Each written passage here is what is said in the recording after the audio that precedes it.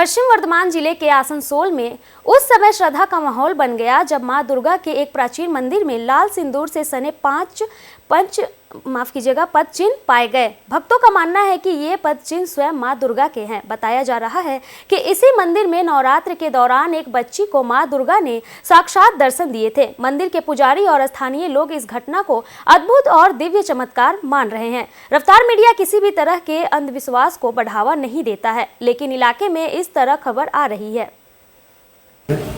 আমি পুজো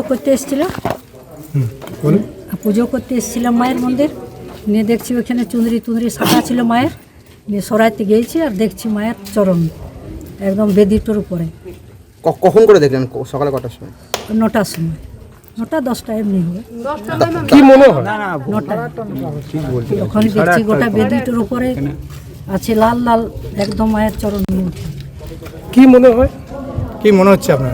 কি মনে হচ্ছে যে আমি কেউ ওইখানে কার সাহস হবে যে আপনি সকালে এসে কি দেখলেন মন্দিরে? আমি যখন এলাম তখন আমার কাকি শাশুড়ি একটা বললো যে মায়ের এক মন্দিরে কিছু দেখলে, বললাম না তো। তখন আমি এসেছি, বলছি যে চলো দেখবো মায়ের তোমার চরণের ছাপ।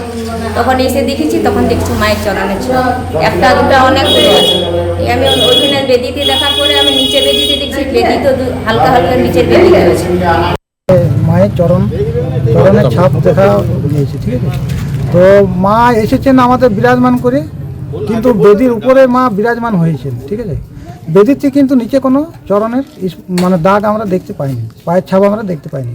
মানে মা এসেছেন, এসে নিজের স্থানে আসন গ্রহণ করে বিরাজমান হয়েছেন। ঠিক আছে, আমাদের এখানে মা দুর্গা খুব জাগ্রত, 250-300 বছরের পুরনো পুজো।